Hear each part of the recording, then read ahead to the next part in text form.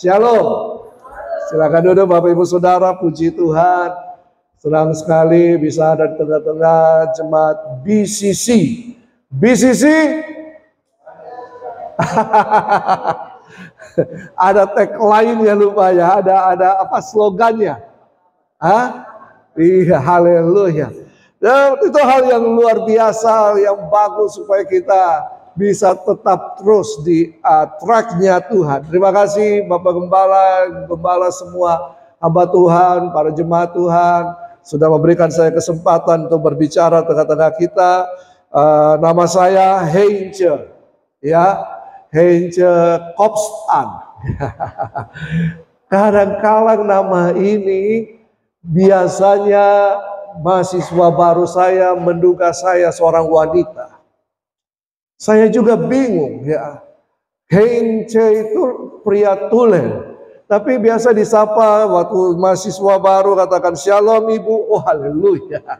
Ya, jadi kemarin dalam pertemuan Rock International Ministry, Pak Pendeta Arifin berkata kamu ganti saja namanya jadi Henok. Haleluya ya. Ya Henok Heinze boleh juga ya. Ya, haha. Oke, anak saya 2, 1 pria, 1 laki-laki. Istri saya paling cantik sedunia cuma 1. Ya, haleluya. Oke, tema yang diberikan adalah new responsibility, tanggung jawab yang baru. Kita sudah biasa soal tanggung jawab, betul kan? Dalam kehidupan ini kita punya tanggung jawab. Ya, secara pribadi, dalam keluarga, dalam lingkungan pekerjaan, studi dan sebagainya, ada tanggung jawab yang harus kita kerjakan. Tapi tema ini menarik. New responsibility. Apa yang Tuhan inginkan lewat tanggung jawab ini? Kenapa Tuhan memberikan tanggung jawab? Dan apa yang harus kita lakukan? Coba kita lihat bersama dalam Filipi 1 ayat 20 sampai 24. Filipi pasal 1 ayat 20 sampai 24. Ini yang disampaikan oleh Paulus kepada jemaat di Filipi. Kita baca sama-sama Filipi pasal 1 ayat 20 sampai 24. 1 2 3. Sebab yang sangat kurindukan dan kuharapkan ialah bahwa aku dalam segala hal tidak akan beroleh malu, melainkan seperti sedia kala, demikian pun sekarang Kristus dengan nyata dimuliakan dalam tubuhku, baik oleh hidupku maupun oleh matiku. Karena bagiku hidup adalah Kristus dan mati adalah keuntungan. Tetapi jika aku harus hidup di dunia ini, itu berarti bagiku bekerja, memberi buah. Jadi mana yang harus kupilih? Aku tidak tahu. Aku didesak dari 2 pihak. Aku ingin pergi dan diam bersama-sama dengan Kristus. Itu memang jauh lebih baik. Tetapi lebih perlu untuk tinggal di dunia ini karena kamu.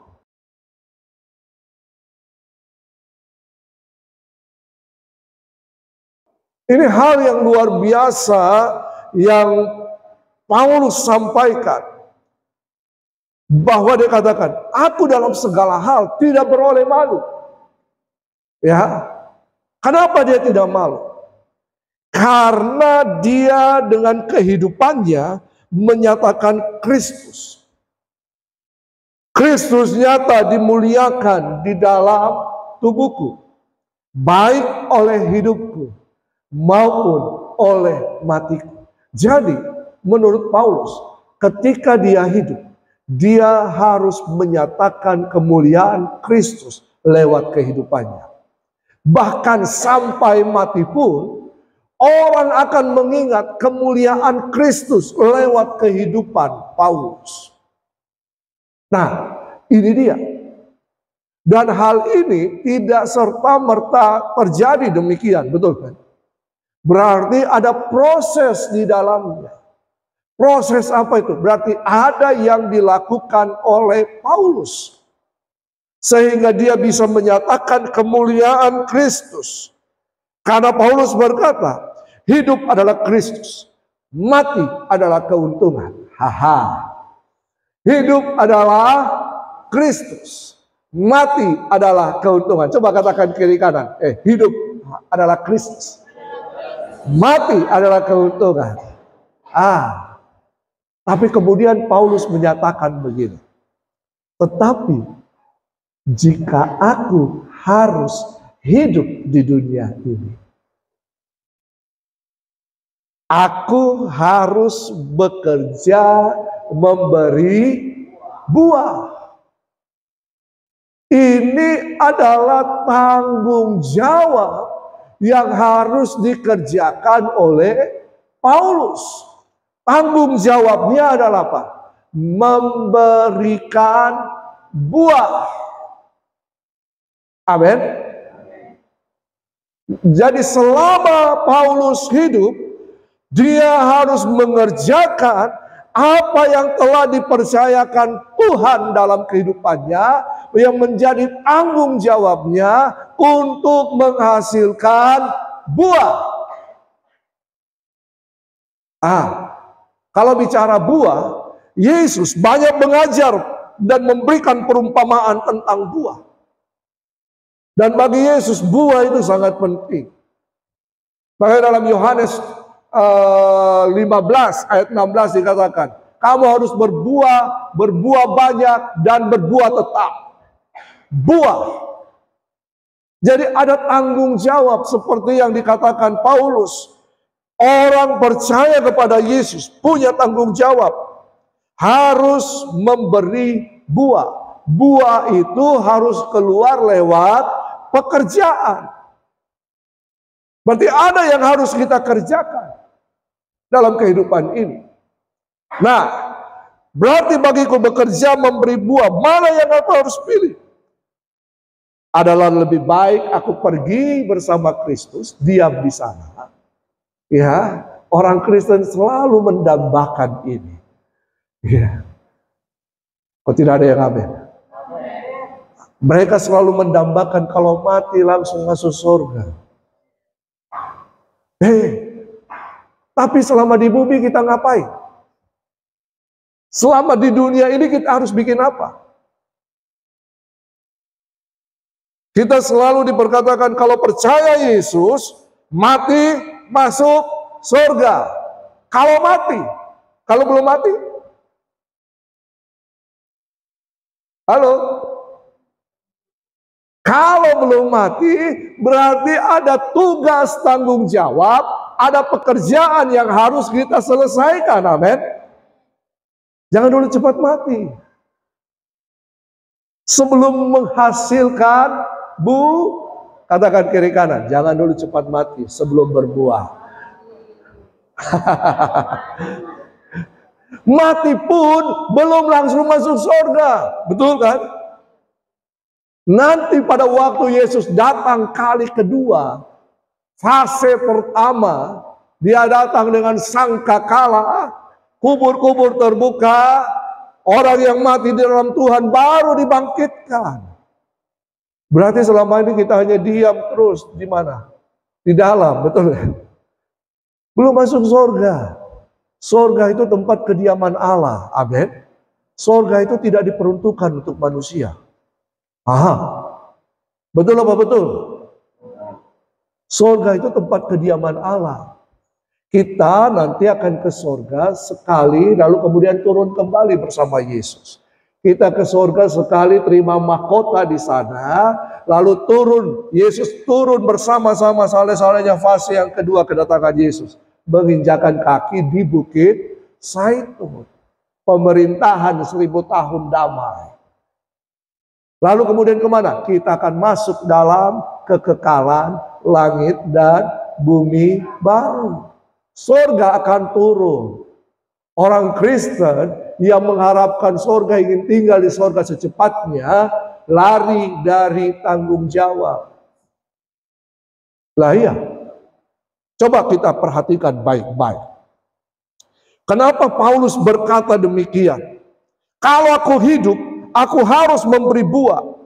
Karena dikatakan begini, ayat yang ke-20, sebab yang sangat kurindukan dan kuharapkan ialah bahwa aku dalam segala hal tidak akan beroleh malu, melainkan seperti sedia kala. Kalau kata sedia kala itu menunjuk kemana?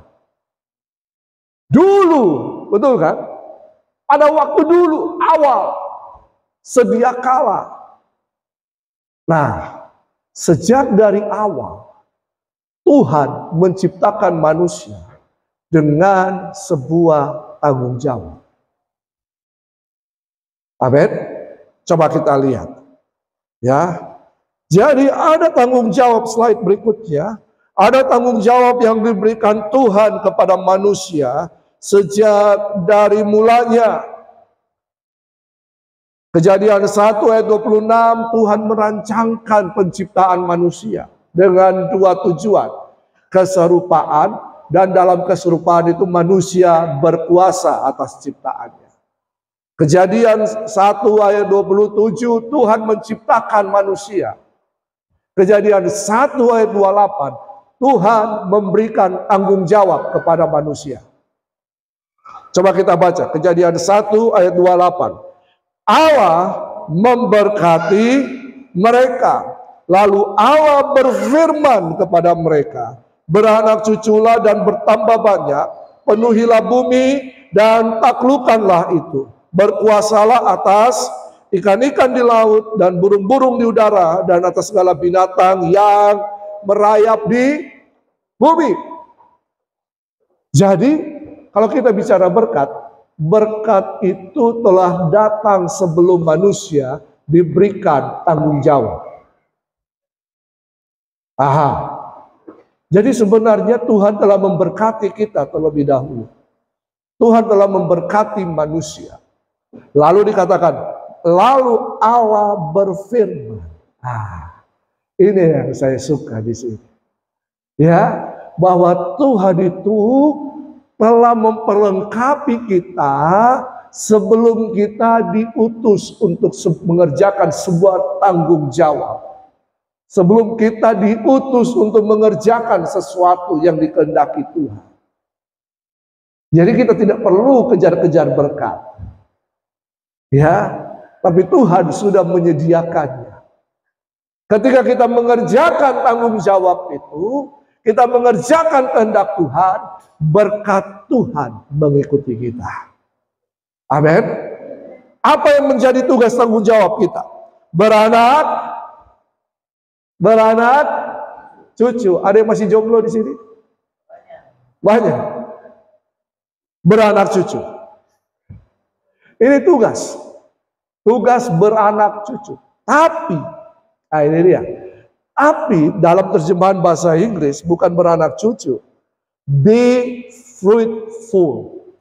Berbuah. Buah itu bisa anak cucu. Buah itu bisa anak rohani kita. Buah itu adalah hasil dari apa yang dikerjakan. Itu buah. Ya, jadi kita menghasilkan buah karena kita mengerjakan sesuatu. Ada hasilnya. Pohon mangga tumbuh menghasilkan buah. Kenapa? Karena ada proses yang dikerjakan. Salah satunya dia menyerap mineral, membawa ke daun, lalu kemudian terjadi fotosintesa. Lalu kemudian menghasilkan buah. Jadi buah tidak akan pernah muncul tanpa ada yang dikerjakan. Amin. Lalu bukan hanya berbuah, beranak cucu atau berbuah dan bertambah banyak. Become great. Multiply. Ya, jadi buah itu harus dikerjakan untuk terus bertambah banyak sehingga memenuhi bumi. Ketika sudah memenuhi bumi, maka terjadi penaklukan di situ. Dan pemerintahan kerajaan Allah dinyatakan. Lewat siapa? Lewat setiap orang percaya. Jadi ada tugas. Tugasnya apa? Berbuah. Ini tugas, berarti ada hal yang harus kita kerjakan. Lalu kemudian Tuhan itu melatih Adam. Adam kemudian, ini jadi pertanyaannya. Di mana Tuhan menciptakan Adam? Dalam Taman Eden atau di luar Taman Eden? Halo? Dalam Taman Eden atau di luar Taman Eden? Karena ini penting, ya, yang di dalam. Tidak apa-apa, jangan takut salah. Yang di luar. Coba kita lihat. Ayatnya kan sudah jelas di situ.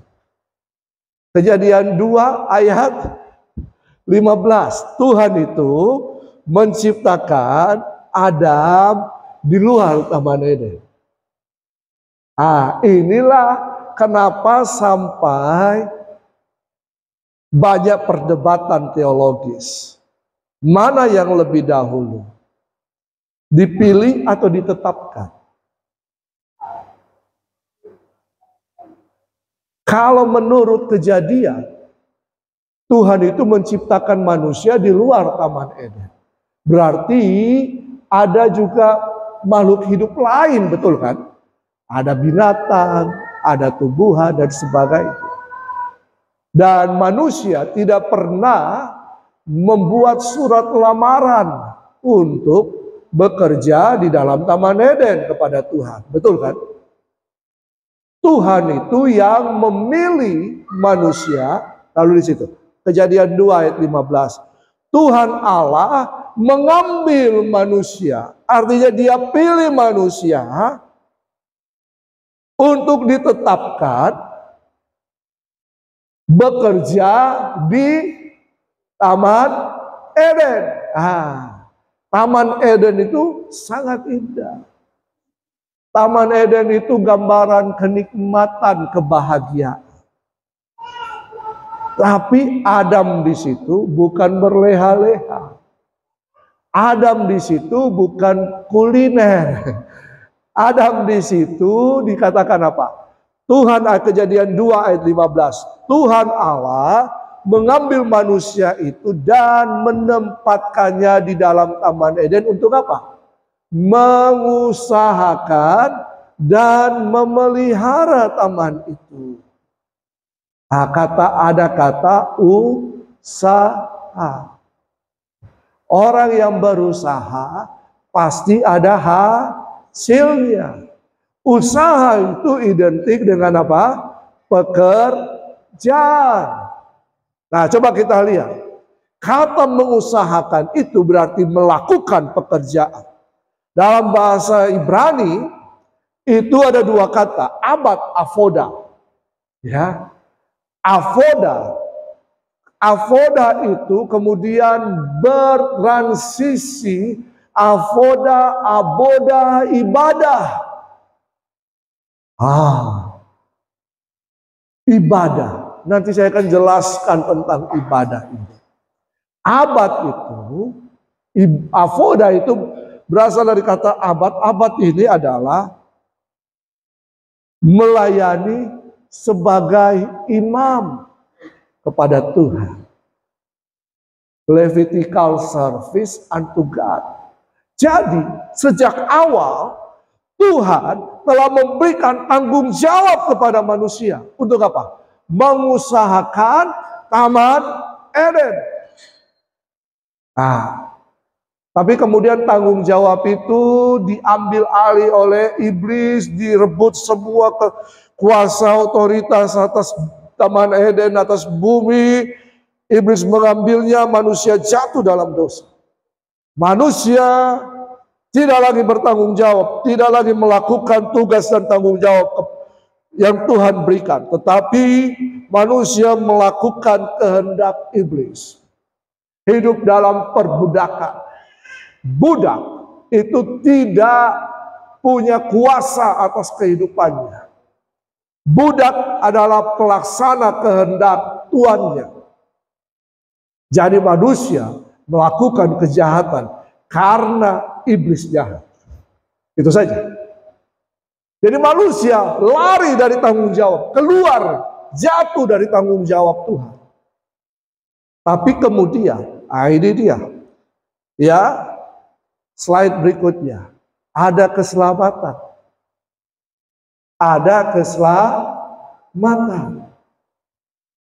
Keselamatan Yesus di kayu salib. Untuk apa? Apakah kemudian membawa kita kembali ke sorga? Manusia tidak pernah memiliki sorga, betul kan? Manusia diciptakan di mana? Di bumi. Hidup di mana? Di bumi. Bekerja di mana? Berkeluarga di mana? Mati di mana? Adakah di sorga? Jadi manusia tidak pernah kehilangan sorga. Karena manusia tidak punya, bukan pemilik sorga. Jadi kalau manusia mati, kita bahas nanti lagi ya.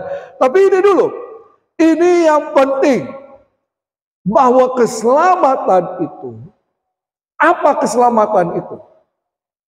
Keselamatan itu berbicara tentang Tuhan mengambil kembali manusia, menebus manusia untuk dikembalikan kepada tujuan awal Tuhan menciptakan manusia. Jadi keselamatan itu adalah dikembalikan kepada tujuan awal Tuhan menciptakan manusia.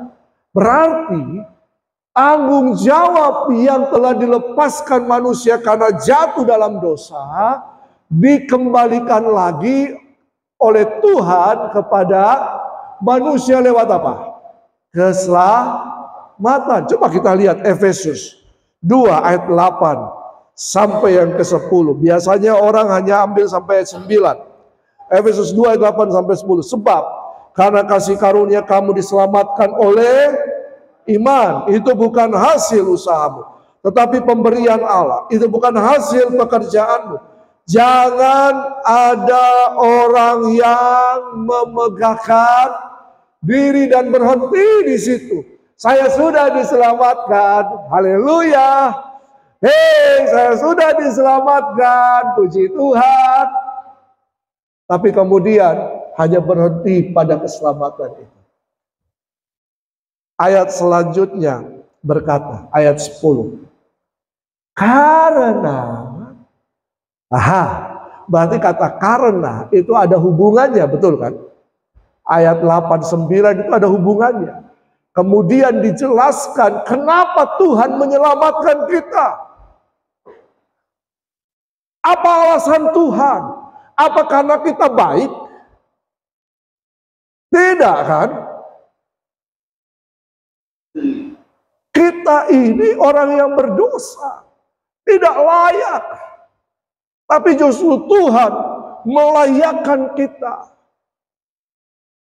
Karena kita ini buatan Allah. Kata buatan berarti Tuhan menciptakan kita, betul kan? Kita ini tidak terjadi dengan sendirinya. Kita ini bukan karena mengalami proses evolusi. Adakah di antara Bapak Ibu Saudara yang mengalami proses evolusi? Coba perhatikan belakang tak. Tidak kan? Kita juga bukan makhluk gaib. Ada yang tidak menginjakan kakinya di lantai. Semuanya menginjakan kaki di lantai kan? Kenapa? Karena kita ini buatan Allah. Kita ini dari debu tanah, betul kan? Tuhan menciptakan kita. Tuhan memperlengkapi kehidupan kita. Tapi karena dosa kita jatuh, lalu kemudian muncul kata kalimat sebenarnya selanjutnya, diciptakan dalam Kristus Yesus.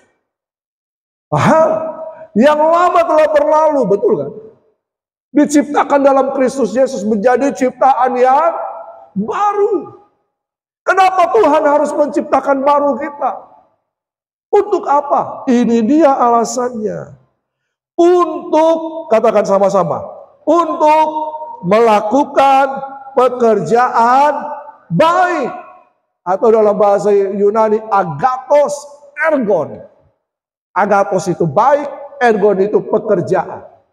Berarti Tuhan menyelamatkan kita menjadi ciptaan yang baru, untuk melakukan pekerjaan baik. Ini tanggung jawab yang Tuhan berikan kepada kita. Tanggung jawab yang diperbaharui. Sama kan ketika Tuhan menciptakan Adam kan? Untuk apa? Melakukan juga pekerjaan kan? Betul kan? Manusia jatuh, kita diberikan pekerjaan kembali. Keselamatan bukan bebas tidak melakukan apa-apa. Dalam keselamatan kita harus mengerjakan pekerjaan baik. Yang dipersiapkan Allah sebelumnya kapan? Ketika manusia diciptakan. Betul kan? Dan apa? Tuhan mau kita hidup di dalamnya. Dalam apa? Dalam apa ini? Dalam pekerjaan baik. Berarti ada tanggung jawab untuk apa? Melakukan pekerjaan baik. Itulah yang Paulus mengatakan, ketika aku hidup, aku harus mengerjakan keselamatanku dengan takut dan gentar. Mengisi keselamatan kita dengan melakukan pekerjaan baik.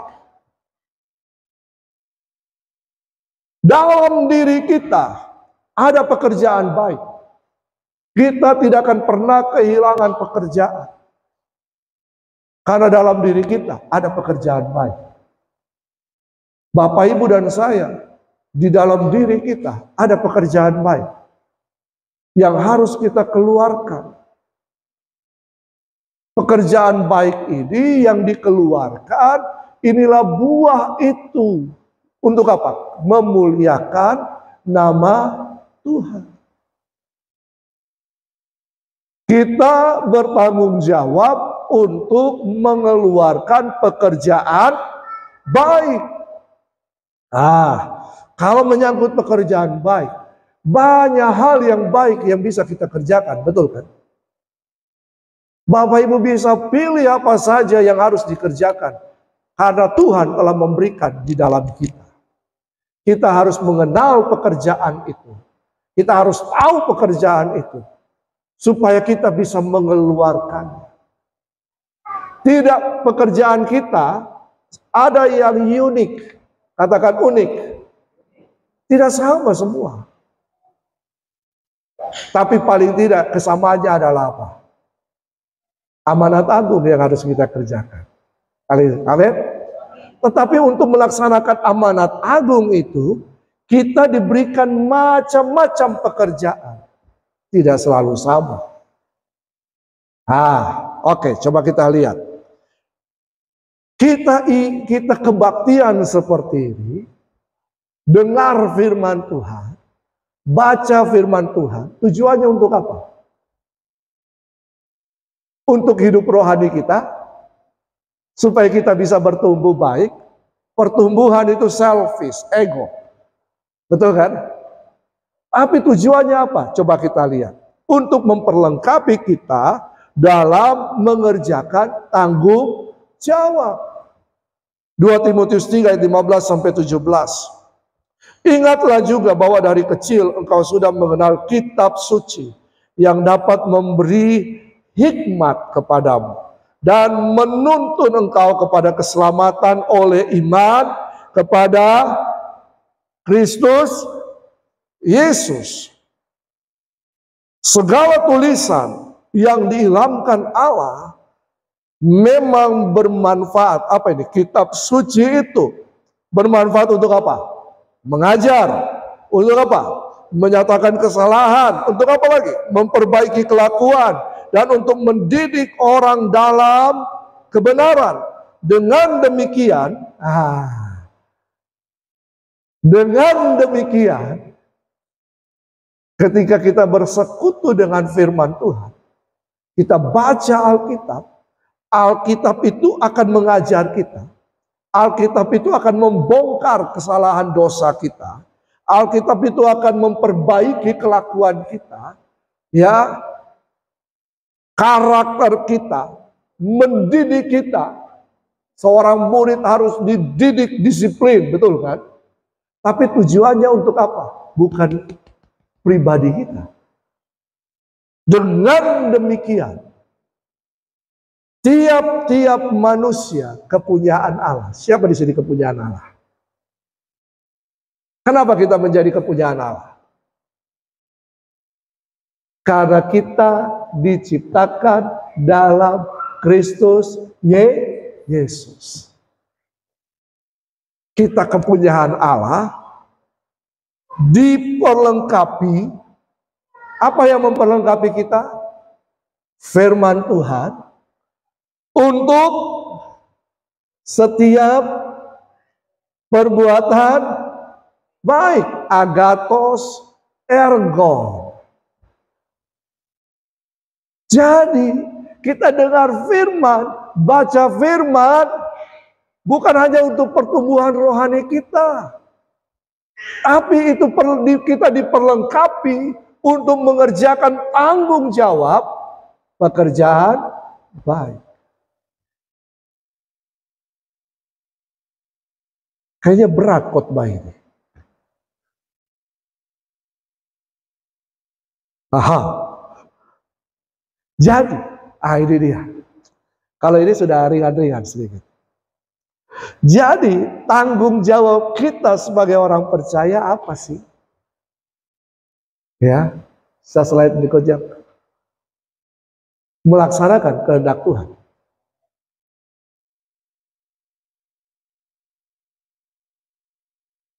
Yohanes 4 ayat 33. Makananku ialah melakukan kehendak Bapa.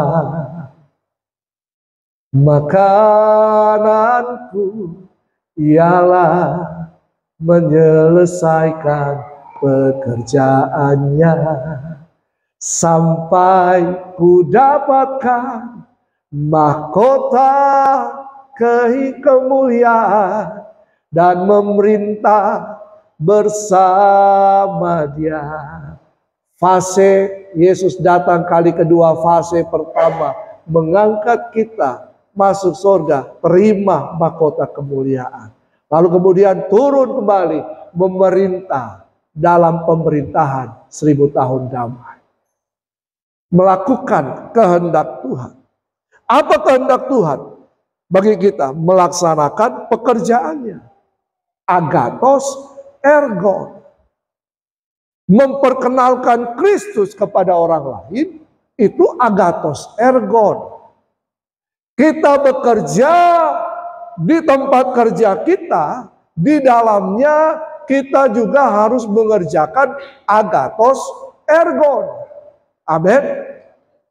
Kita buka toko, jualan, itu pekerjaan secara jasmani. Tapi di dalamnya kita juga mengerjakan agathos ergon. Untuk apa agathos ergon ini? Supaya Christ in you, Kristus di dalam kita, dimunculkan. Dan orang akan melihat kemuliaan Kristus dalam kehidupan kita. Amin. Ini tujuannya. Jadi apapun Bapak Ibu kerjakan, di dalamnya ada kehendak Tuhan. Agathos ergon. Matius 5 ayat 16 berkata, supaya mereka melihat terang itu, perbuatan-perbuatan yang kau kerjakan untuk memuliakan nama Tuhan, nama Bapa. Makanya Paulus mengatakan tadi kan, baik dalam hidupku maupun dalam matiku, kemuliaan Tuhan yang dinyatakan. Kalau kita hanya sekedar bekerja, kita hanya bekerja untuk memuaskan kehidupan kita. Betul kan? Tapi kalau kita pahami bahwa dalam setiap kehidupan kita ada kehendak Tuhan yang harus kita kerjakan, maka kita akan menyatakan buah-buah kemuliaan Kristus. Agathos ergon ini. Melayani suami, agathos ergon. Betul kan? Memberi makan banyak orang yang tidak mampu, agathos ergon. Bapak Ibu, ada banyak hal, tapi kehendak Tuhan dalam kehidupan kita harus temukan dulu. Apa yang Tuhan taruh, tanggung jawab pekerjaan apa yang Tuhan berikan. Dan kemudian kita mengerjakannya. Sehingga itu menjadi agathos ergon. Nah, yang kedua adalah tanggung jawab kita sebagai orang percaya, Pak. Hidup berbuah. Kejadian 1 ayat 28. Paulus juga menyatakan demikian. Kalau aku hidup di dunia ini, aku harus menghasilkan buah. Tanggung jawab kita sebagai orang percaya adalah mengelola ciptaan Tuhan. Tuhan telah percayakan bumi dan dunia ini sebenarnya. Kita tinggal di mana? Di bumi. Tapi kita ada di mana? Dunia. Apakah bumi dan dunia sama? Halo? Bumi adalah tempat tinggal. Dunia adalah sistem yang membangun bumi dan manusia di dalam. Tuhan telah mempercayakan bumi dan sebenarnya kita manusia adalah sistem untuk mengelola bumi ini. Bumi ini harus ditaklukkan, betul kan? Dikuasai, dikelola. Nah, begini Bapak Ibu. Tuhan sudah berikan kita talenta, kan? Betul? Karunia juga Tuhan berikan. Karunia itu adalah ketika kita terima Roh Kudus, karunia itu bekerja. Talenta, bakat itu dari sejak lahir Tuhan berikan. Tapi untuk apa itu? Untuk sok-sokan? Tidak. Untuk mengatakan saya hebat. Saya punya karunia kesembuhan. Saya punya karunia apa lagi? Marifat. Saya tahu hati orang. Bukan untuk hebat. Bukan untuk membanding-bandingkan diri kita dengan orang lain. Bukan untuk apa lagi? Supaya kita dihormati, disanjung. Tidak demikian. Tapi itu semua, itu yang Tuhan perlengkapi kita. Ini. Ketika Tuhan menciptakan manusia dari debu tanah, debu itu tidak bernilai, kan? Betul apa betul? Ada di sini yang simpan debu di rumah?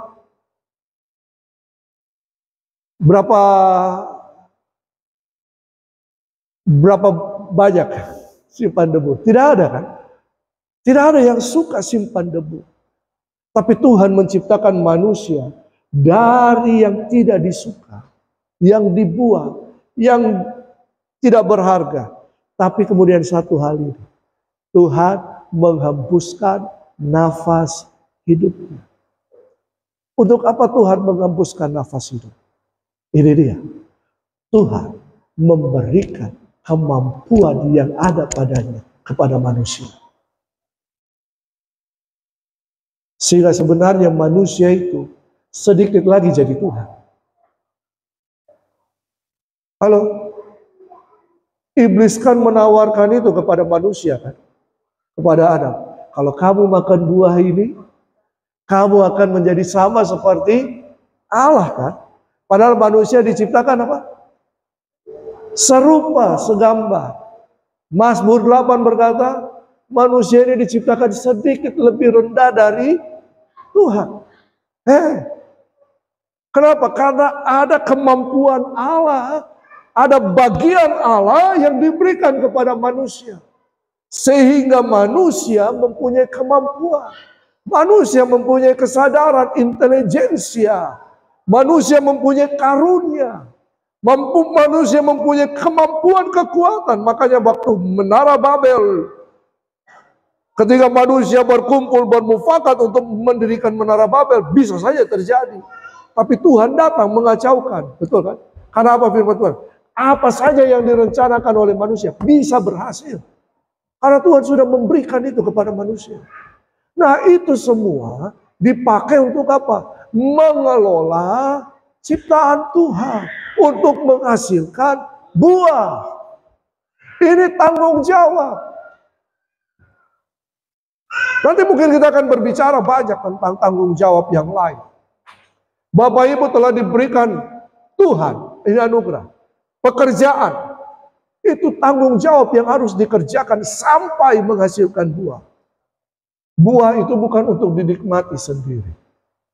Buah itu harus dibagikan untuk menyatakan kemuliaan Tuhan.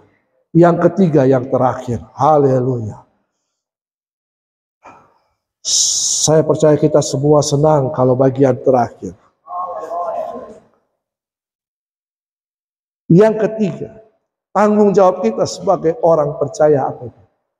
Menjadi serupa dengan Kristus. Kan manusia sudah diciptakan sama, serupa dengan Allah, betul kan? Tapi kalau kita masih dituntut untuk menjadi serupa dengan Kristus, ingat, manusia pernah jatuh dalam dosa perbudakan itu. Keselamatan itu membawa kita kembali kepada tujuan Allah. Berarti kita harus mengerjakan kehendak Allah untuk bisa sampai kepada tujuan Allah. Betul kan? Setuju nggak? Kalau tujuan itu dikerjakan di depan atau di belakang? Selamat sampai tujuan. Berarti tujuan itu akhir kan? Apa tujuannya? Roma 8 ayat 29. Sebab semua orang yang dipilihnya dari semula. Siapa yang telah dipilih oleh Tuhan? Halo? Mereka juga ditentukannya, ditetapkannya dari semula untuk apa? Menjadi serupa dengan gambaran ikon anaknya. Kita nyanyi kan? Ku mau sepertimu. Siapa mau seperti Yesus? Tidak serta-merta langsung jadi seperti Yesus.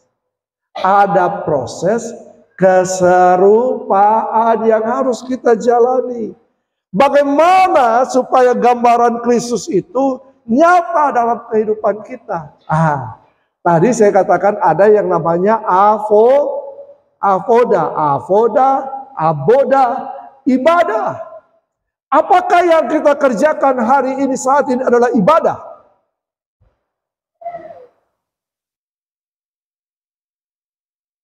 Halo? Apa itu ibadah? Ini kebaktian. Kita berkumpul, berbakti, memuji, menyembah Tuhan, betul kan? Tapi apakah ini ibadah? Ini bagian dari ritualitas spiritual orang Kristen, betul kan? Halo?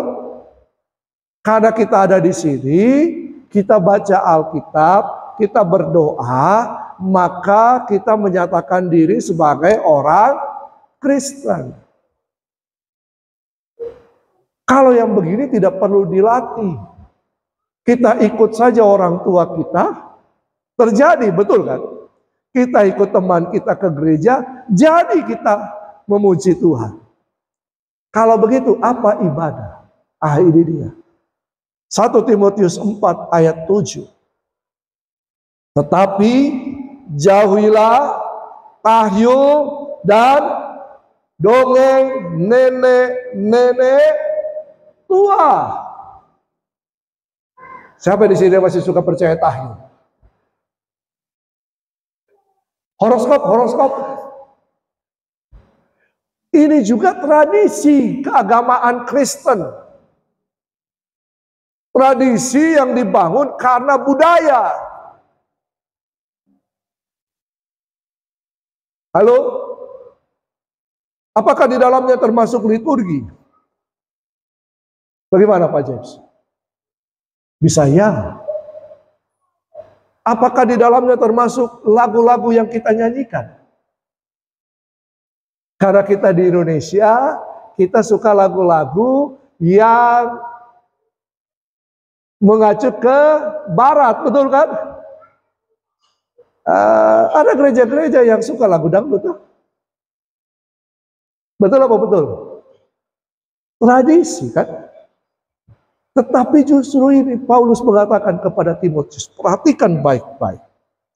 Latihlah dirimu beribadah. Saya tadi pergi kencing diantar Pak Karel ke toilet. Lewat tempat gym. Latihan itu seperti itu. Nah, ibadah di sini itu dalam bahasa Yunani mengambil kata eusebia.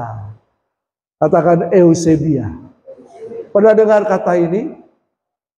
Pernah dengar? Pernah dengar? Belum ya? Tadi saya baru katakan eusebia. Eusebia. Ada orang Kristen yang memberi nama anaknya Eusebia. Ada. Apa itu Eusebia? Eusebia itu dalam bahasa Inggris, kalau Bapak Ibu pakai terjemahan bahasa Inggris, guidelines. Kalau menurut Kamus Indonesia, itu adalah orang alim. Tetapi dalam terjemahan Eusebia, itu adalah keserupaan. Latihlah dirimu dalam keserupaan. Keserupaan dengan siapa? Dengan Yesus Kristus. Apakah dalam pertemuan 1,5-2 jam ini itu bisa terjadi di tiap hanya hari Minggu saja? Kebanyakan orang Kristen datang ke gereja pakai topeng. Mau terlihat baik, suci, kudus. Betul apa betul? Terlihat holy. Ada pemenang apa? Yang holy itu? Iya kan? Pakai nama holy. Ya. Bukan. Avoda. Mengusahakan, Kejadian 2 ayat 15 tadi. Coba kita kembali dulu ke Kejadian 2 ayat 15. Katanya terakhir, Pak. Mohon maaf kalau agak terlambat pulang. Karena ini harus dituntaskan. Sedikit lagi. Slide ketiga. Avoda. Mengusahakan. Apa arti avoda? Avoda mengandung arti 2 hal. Bekerja dan beribadah. Kerja, ibadah. Ibadah itu dinyatakan lewat pekerjaan. Dalam pekerjaan, proses keserupaan itu terjadi. Besi menajamkan besi, manusia menajamkan sesama. Itu proses terjadi. Dalam gereja paling pergesekan soal kepanitiaan. Tidak baku suka satu dengan yang lain. Hanya itu. Tapi di sana, di luar sana. Setiap hari. Itulah avoda kita. Dimanapun kita berada, itu avoda. Itu ibadah kita. Kita kerja untuk siapa? Kita bekerja melakukan kehendak Tuhan, itu avoda. Ini melayani di sini ini, itu hanya sebagian. Pelayanan kita yang sesungguhnya di luar sana, ini tugas tanggung jawab kita. Itu avoda kita. Jadi penyembahan kita, pelayanan kita, itu bukan di sini, di sana. Di sini biasanya tempat untuk apa? Hobi. Menyalurkan hobi. Lewat pelayanan. Ada nggak? Ada. Justru penyembahan kita lewat pekerjaan kita. Avoda. Ini tanggung jawab kita. Makanya pekerjaan baik itu adalah pelayanan kita kepada Tuhan dan pelayanan kita kepada sesama. Pekerjaan baik itu adalah penyembahan kita kepada Tuhan. Avoda. Ini tanggung jawab yang diperbaharui. Harusnya new responsibility, re-responsibility. Ya. Diperbaharui. Jadi kita ini punya tanggung jawab menghasilkan buah lewat pekerjaan baik. Sebenarnya simpel saja ya. Tapi kenapa saya terlalu supaya kita tahu dasarnya, amin. Kita tahu dasarnya, kenapa kita diberikan tugas tanggung jawab, apa yang harus kita kerjakan, dan untuk apa. Tuhan Yesus memberkati.